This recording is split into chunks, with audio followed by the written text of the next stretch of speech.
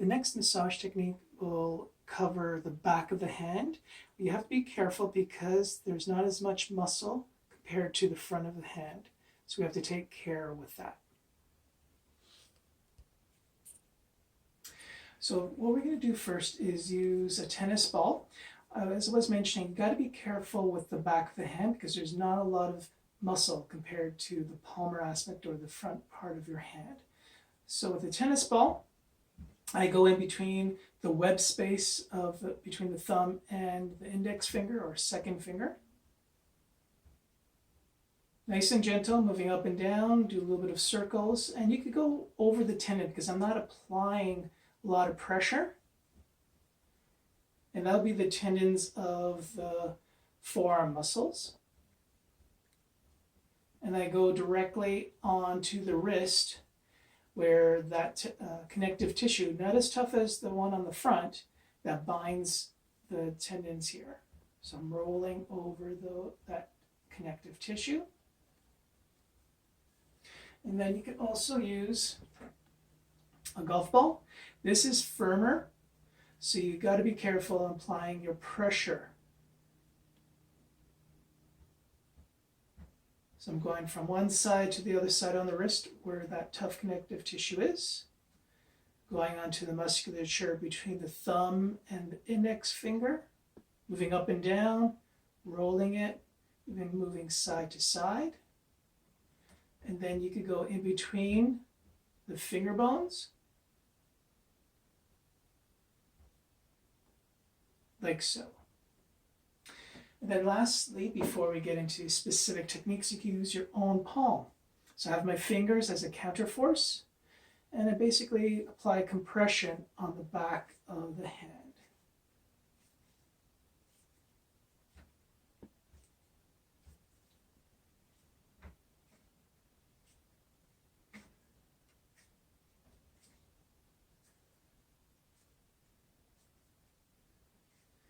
And now we'll go to the specific techniques. So when we get into more specific techniques, you can use your thumb and afterwards the spoon. So with your thumb, you want to make sure both when we work on the palm and on the back that there's a little bit of bending, a little bit of flexion into the thumb as you apply the pressure. The reason for that, you don't want to hyperextend your thumb and cause discomfort in your thumb joint. So I'm using my thumb going in between the finger bones.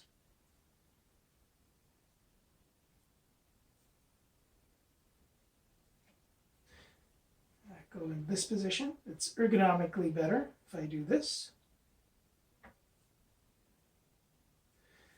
And even onto the connective tissue on the back of the wrist. So I'm going around, shaving around its attachment on one end, and then on the other end, and then doing circular motions.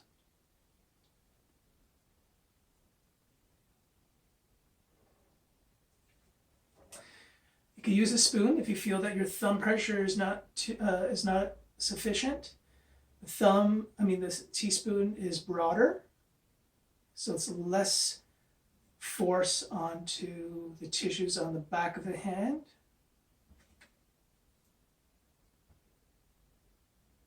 Going on to the back of the wrist.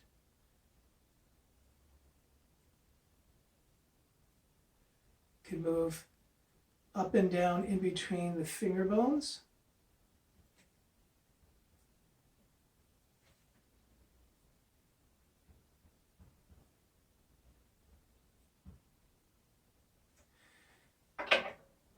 You can use the blunt end of the wooden spoon. Again, this has to be gentle because there's not a lot of muscles here, so the pressure should be light to moderate. You can capture the side of the fifth digit, the bone, between the bone and the musculature, like what we've done in the palmar aspect. And then in the web space here, you could get into it nicely with this instrument. And then onto the back of the wrist.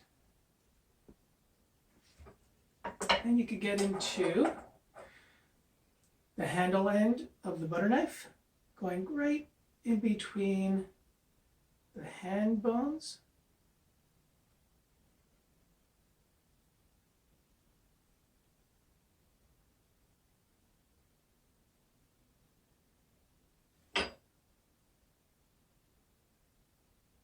Like so. And then, I know I showed it with the thumb before, but you also could use your fingers.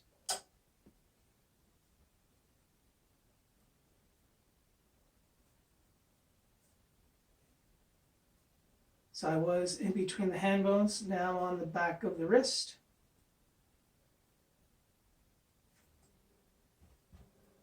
And the web space. And you can use your own knuckles over the wrist.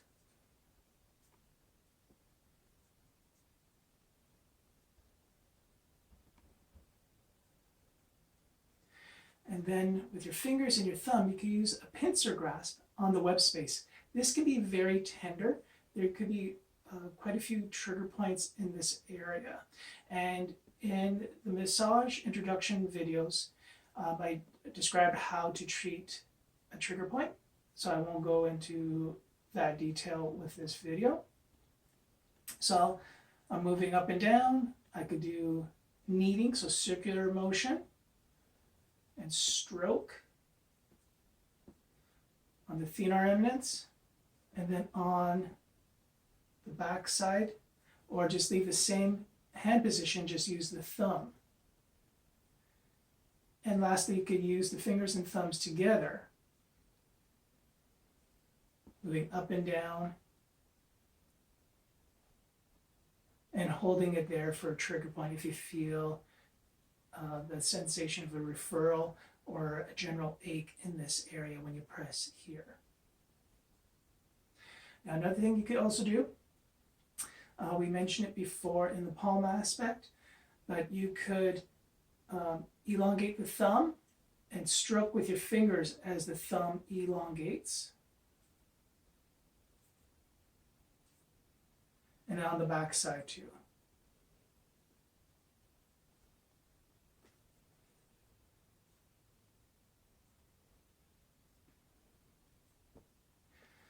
Next, we'll show you massage techniques for the fingers.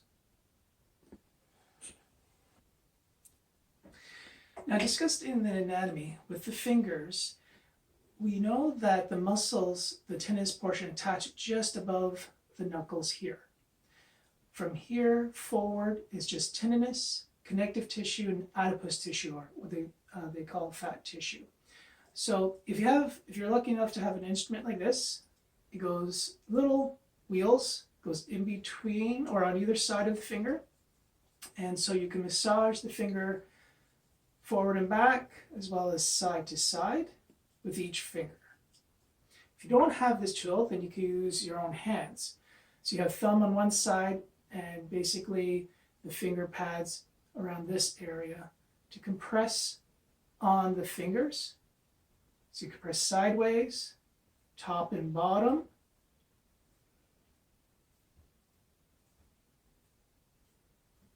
You could also do rotation, almost like a pill rolling type of motion with thumb and fingers.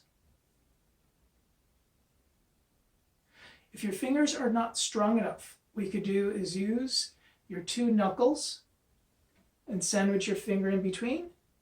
Do compression and pill rolling. Compression, pill rolling, then move to the other segment.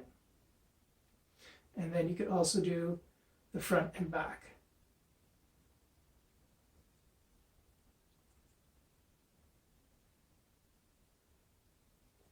And now we'll get into the stretching component.